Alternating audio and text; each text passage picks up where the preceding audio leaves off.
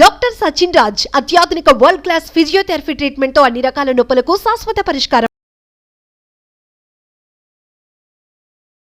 నమస్తే, welcome to Suman TV. నేను మీ యామ్ని.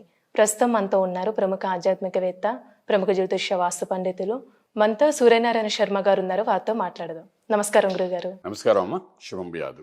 గురుగారు, మనకి ఈ 2024వ సంవత్సరంలో అసలు తులారాశి వారికి అంటే ఏ విధంగా ఉంటుందంటారు? తులారాశి వారి దగ్గరికి వచ్చినప్పుడు ఏంటంటే, ఈ తులారాశిలో మనకు విశాఖ నక్షత్రం కనిపిస్తుంది, చిత్తా నక్షత్రం 3-4 పాదాలు, స్వాతి నక్షత్రం 4 పాదాలు కనిపిస్తాయమ్మా. సో ఇక్కడ ఏంటంటే, ఈ తులారాశికి మొన్నటి వరకు అర్ధాశ్రమ శని నడిచిన తర్వాత ఇప్పుడు పంచమల శని వచ్చాడు. అలాగే మనం తీసుకుంటే సప్తమంలో బృహస్పతి గురుచండాల యోగం ఉండేను నవంబర్ 1 వరకు. ఆ తర్వాత రాహు పక్కకి జరిగాడు. దాంతో ఏంటంటే గురు యొక్క దృష్టి స్వయంగా సప్తమ భావంలో ఉన్నాడు. అదొక ప్లస్ పాయింట్ తులారాశి వారికి. అలాగే మన తులారాశి చూసుకుంటే రాశికి ద్వితీయంలో, అంటే నవంబర్ నుండి చూస్తే ఎలాగైతే మారిందో, అలాగే జనవరి 1 నుండి సెకండ్ హౌస్లో స్టార్టింగ్లో మొదటి రోజుని బుధుడు ప్లస్ రవి శుక్రుడు యొక్క ప్రభావం కనిపిస్తుంది. అలాగే తృతీయంలో చూసుకుంటే కుజుడు ప్లస్ రవి యొక్క ప్రభావం కనిపిస్తుంది. పంచంలో శనీశ్వరుడు, అలాగే షష్ఠ స్థానంలో రాహు, సప్తమంలో బృహస్పతి, అలాగే మనకు ఒక లాభంలో చూస్తే, లాభం కాదు వ్యయంలో చూస్తే కేతు యొక్క ప్రభావం కనిపిస్తుంది. సో మనకు ఫస్ట్ హాఫ్ తీసుకుందామండి. మనకి ఏంటంటే గురుడు మిగిలిన 2 గ్రహాలు అక్కడే ఉండిపోతాయి, మారవు కాబట్టి. బృహస్పతి మే 1 మారుతున్నాడు కాబట్టి బృహస్పతి మారే వరకు మంచి మంచి నిర్ణయాలు తీసుకోవాల్సి వస్తుంది వీడు. అంటే అగ్రిమెంట్స్ ఏమైనా చేయాలంటే చేసుకోవడము వ్యాపారంలోని, అలాగే ఫిల్మ్ ఇండస్ట్రీలో ఉన్నారనుకోండి, వాళ్ళు ఏమైనా అగ్రిమెంట్స్ విత్ హీరోస్ కానీ ప్రొడ్యూసర్స్ డైరెక్టర్స్ చేసుకుని, అంటే నెక్స్ట్ కమింగ్ ఒక 1 or 2 years కావాల్సిన షెడ్యూల్స్ అని చేసుకోవడం కానీ, అలాగే హీరోయిన్స్తో కలిసి కాంట్రాక్ట్స్ పెట్టుకుని మన చక్కగా ఈ సంవత్సరం ఈ ఫిల్మ్స్ వేయాలని అనుకోవడం కానీ, ఇట్లాంటివి ఏమైనా ఉన్నాయంటే ఇవన్నీ ఫస్ట్ హాఫ్లో చేసుకుంటే చాలా ఎఫెక్టివ్గా పనిచేస్తుంది అన్నమాట. అది ఇంకా ఏ నిర్ణయం ఫస్ట్ హాఫ్లో తీసుకున్నా, అది ఏ అగ్రిమెంట్ చేసినా, ఏ వ్యాపారానికి సంబంధించిన పార్ట్నర్షిప్ అగ్రిమెంట్ చేసినా, ఇవన్నీ మనకు లైఫ్ టర్నింగ్ పాయింట్ అనొచ్చండి. అంటే ఇక్కడ నుండి ఈ బృహస్పతి ఎప్పుడైతే 7వ ఇంట్లో చూస్తున్నాడో, ఫస్ట్ ఆఫ్ ఆల్ 7th ఆస్పెక్ట్లో బృహస్పతి ఉన్నాడు అంటే, రాశిని చూస్తున్నాడు అంటే, ఒకటి మ్యారేజ్ లైఫ్లోని ఉన్న ఇష్యూస్ అన్నీ ఒక్కసారిగా క్లియర్ చేస్తాడు. ఇప్పుడు గురుడు కంటే మించిన గ్రహం లేదండి, శుభగ్రహం. సో వాడు 7వ ఇంట్లోకి వచ్చాడు. 7వ ఇంట్లోకి వచ్చాడు అంటే వైఫ్ అండ్ హస్బెండ్ రిలేషన్ని బాగా సపోర్ట్ చేస్తాడు. వాళ్ళు ఉన్న ఇబ్బందులను బయట తీస్తాడు, కరెక్షన్ చేస్తాడు, చేసి మళ్ళీ అన్యోన్యంగా ఉండేటట్టు చేయడం ప్రయత్నం చేస్తాడు. సో అదొక మంచి ఆస్పెక్ట్ అన్నమాట మనకు ఈ తులారాశి జరిగేది. సో అప్పటి వరకు ఉన్న ఇష్యూస్ అన్నీ క్లియర్ అవుతాయి. అలాగే ఈ యొక్క బృహస్పతి దృష్టి ఓలాగున్నా మనకు తృతీయ స్థానంలో ఎప్పుడైతే రవి కుజుడు ఉన్న విక్రమస్థానంలో ఉన్నారో, మనకు డైనమిక్గా ఒక స్టెప్ వేసి ఒక వెంచర్స్ కానీ ఒక యాక్టివిటీ కానీ స్టార్ట్ చేయడానికి ఆడవాళ్ళు కానీ మగవాళ్ళు కానీ చేయడానికి అవకాశం ఇస్తాడు వాడు. ఇప్పుడు చూడండి, మనం ఇంట్లో ఐడియల్గా కూర్చొని చాలామంది ఉంటారు వివాహం అయిన తర్వాత ఆడవాళ్ళు. వాళ్ళు ఏం స్టెప్ చేద్దామని ఎంత చదువుకున్నా వాళ్ళు చదివిన చదువు తగ్గ పని చేయనివ్వకుండా ఇంట్లో కూర్చోబెడుతుంటారు ఒక్కొక్కసారి. సో ఏమి చేయలేరేమో అనుకుంటాం. అటువంటి వాళ్ళు తులారాశిలో ఉన్న వాళ్ళకి, స్పెషల్లీ విశాఖ నక్షత్రం, మనకు స్వాతి నక్షత్రం వాళ్ళు ఎవరున్నారంటే, వాళ్ళు ఇప్పుడు ఏదైనా ఇనిషియేట్ చేయగలిగితే వాళ్ళ పేరు మీద, అంటే ఫిజికల్గా ఇప్పుడు చాలామంది ఇంట్లో ఆడవాళ్ళు ఉంటే వాళ్ళ పేరు మీద ల్యాండ్స్ కొంటారు. వాళ్ళు ఫిజికల్ సంతకాలు పెట్టకని తప్ప ఇంక దేనికి ఉపయోగపడరు. ఏమంటే మీ పేరు మీదే కదా పెట్టామంటారు వ్యాపారం అంతా.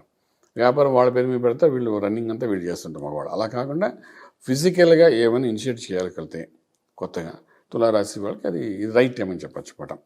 తులారాశిలో అన్ని నక్షత్రాల వాళ్ళకి రైట్ టైం అని చెప్తాం. అది ఇక్కడ మళ్ళీ ఏంటంటే పంచమంలో శనీశ్వరుడు ఉన్నాడు కాబట్టి అది కూడా ఒక యోగంకి చెప్తాం.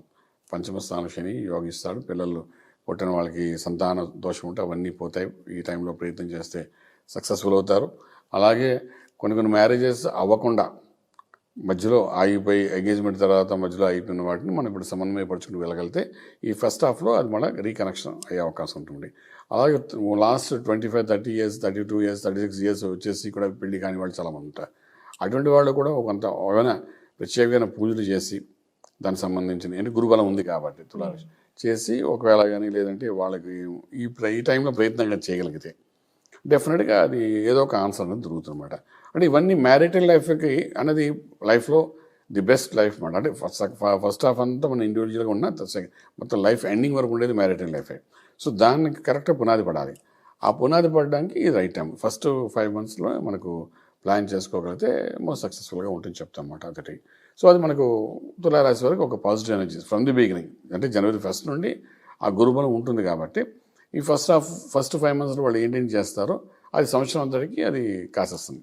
అని చెప్పచ్చు మేడం. గురుగారు ఇప్పుడు వ్యవసాయ రంగానికి సంబంధించి ఈ రాశి వారికి ఇయర్ ఏ విధంగా ఉంటుందండి? ఇక వ్యవసాయం అనేసరికి మనకు బేసిక్గా ఈ గురుబలం ఒకటి ఉంది కాబట్టి గోధుమలు అది పెంచడానికి బాగానే పెంచుతారు, పండించడానికి అవకాశం ఉంటుంది. అలా వ్యవసాయ క్షేత్రంలో ఒక 20 to 25% ప్రాఫిటబుల్గానే వెళ్తుంది వాళ్ళకి. అలాగే మన తీసుకుంటే పెస్టిసైడ్స్ తీసుకోండి, వాళ్ళకు కూడా లాభదాయకంగా ఉంటుంది. కెమికల్స్ సంబంధించిన వాళ్ళు లాభదాయకంగా ఉంటుంది. అలాగే steel, cement, iron, scrap, automobiles, అలాగే మనం petrol bunks, crude oil, wine shops, వీళ్ళందరికీ కూడా మనకి ఫస్ట్ స్టార్టింగ్ నుండే ఫుల్ రైజింగ్లో ఉంటే పంట బాగా పండుతుంది, రైతాంగం వాళ్ళకి సంబంధించింది. సో అన్నీ మనకు తులారాశి వారికి first half is the best for them, May first. So అది వచ్చిన దాన్ని బట్టి మనం మిగిలిన లైఫ్ అంతా 7 months లీడ్ చేయడం జరుగుతుంది కాబట్టి they are successful this year అని చెప్పచ్చు తులారాశి వాడు. పరిహారాల దగ్గరికి వచ్చినప్పుడు మనకి ఏంటంటే ఇక్కడ మనకు 5th హౌస్లో శని, 6th హౌస్లో రాహు కనిపిస్తున్నాడండి. సో మనకి ఏమంటే పిల్లల ద్వారా మనకి ఇబ్బంది ఉండదు, కానీ ఆరోగ్యం దగ్గరికి మాత్రం రాహు ఉన్నాడు. సో రాహు గాయత్రి మంత్రాన్ని చేయమని చెప్తామన్నమాట. ఆరోగ్య స్థానంలో ఉన్నాడు కాబట్టి అది గుళ్ళకి ఈ తులారాశి వాడు కూడా ఈ పాదాలు వేడెక్కిపోతుంటాయి. అరిపాదాల్లోని కొన్ని ఇబ్బందులు జరిగే అవకాశం ఉంటుంది. అక్కడ న్యూరో సిస్టమ్ మీద దెబ్బ కొట్టే అవకాశం ఉంటుంది. కాబట్టి రాహు గాయత్రి మంత్రాన్ని చేయడం కానీ, రాహు కాలంలో దీపారాధన పెట్టడం కానీ, అదే నెయ్యి దీపారాధన పెడుతుంటారు కాబట్టి పెడుతూ రాహు గాయత్రి మంత్రం, దుర్గాదేవిని పూజ చేయడం కానీ, ఇలాంటివి ఏమైనా కొన్ని రెమెడీస్ చేసుకుంటే అది లైఫ్ అంతా అంటే ఈ ఏడాది అంతా కొంచెం ఎఫెక్టివ్గా కనబడుతుంది. అంటే మంగళవారం పూట రాహు కాలంలో దీపారాధన చేయాలి అని చెప్పి అంటుంటారు చాలామంది. సో అలాంటిది ఏమైనా చేసుకున్నా కూడా అది gives a positive energy for them అన్నమాట. అంటే ఇవన్నీ మ్యారిటల్ లైఫ్కి అనేది లైఫ్లో ది బెస్ట్ లైఫ్ అన్నమాట. అంటే ఫస్ట్ హాఫ్ అంతా మన ఇండివిజువల్గా ఉన్న మొత్తం లైఫ్ ఎండింగ్ వరకు ఉండేది మ్యారిటల్ లైఫే. సో దానికి కరెక్ట్గా పునాది పడాలి. ఆ పునాది పడడానికి ఇది రైట్ టైం. ఫస్ట్ 5 monthsలో మనకు ప్లాన్ చేసుకోగలిగితే మోస్ట్ సక్సెస్ఫుల్గా ఉంటుంది చెప్తాం అన్నమాట. అదొకటి. సో అది మనకు తులారాశి వరకు ఒక positive energy from the beginning. అంటే January 1st నుండి ఆ గురుబలం ఉంటుంది కాబట్టి ఈ ఫస్ట్ 5 monthsలో వాళ్ళు ఏంటేం చేస్తారో అది సంవత్సరం అంతటికి అది కాసేస్తుంది అని చెప్పచ్చు మేడం. గురుగారు ఇప్పుడు వ్యవసాయ రంగానికి సంబంధించి ఈ రాశి వారికి ఇయర్ ఏ విధంగా ఉంటుందండి? ఇక వ్యవసాయం అనేసరికి మనకు బేసిక్గా ఈ గురుబలం ఒకటి ఉంది కాబట్టి గోధుమలు అది పెంచడానికి బాగానే పెంచుతారు, పండించడానికి అవకాశం ఉంటుంది. అలా వ్యవసాయ క్షేత్రంలో ఒక 20 to 25% ప్రాఫిటబుల్గానే వెళ్తుంది వాళ్ళకి. అలాగే మన తీసుకుంటే పెస్టిసైడ్స్ తీసుకోండి, వాళ్ళకు కూడా లాభదాయకంగా ఉంటుంది. కెమికల్స్ సంబంధించిన వాళ్ళు లాభదాయకంగా ఉంటుంది.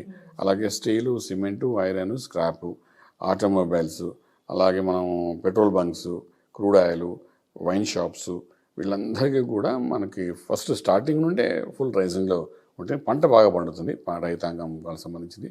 సో అన్నీ మనకు తులారాశి వారికి first half is the best for them, May first. So అది వచ్చిన దాన్ని బట్టి మనం మిగిలిన లైఫ్ అంతా 7 months లీడ్ చేయడం జరుగుతుంది కాబట్టి they are successful this year అని చెప్పచ్చు తులారాశి వాడు. పరిహారాల దగ్గరికి వచ్చినప్పుడు మనకి ఏంటంటే ఇక్కడ మనకు 5th హౌస్లో శని, 6th హౌస్లో రాహు కనిపిస్తున్నాడండి. సో మనకి ఏమంటే పిల్లల ద్వారా మనకి ఇబ్బంది ఉండదు, కానీ ఆరోగ్యం దగ్గరికి మాత్రం రాహు ఉన్నాడు. సో రాహు గాయత్రి మంత్రాన్ని చేయమని చెప్తామన్నమాట. ఆరోగ్య స్థానంలో ఉన్నాడు కాబట్టి అది గుళ్ళకి ఈ తులారాశి వాడు కూడా ఈ పాదాలు వేడెక్కిపోతుంటాయి. అరిపాదాల్లోని కొన్ని ఇబ్బందులు జరిగే అవకాశం ఉంటుంది.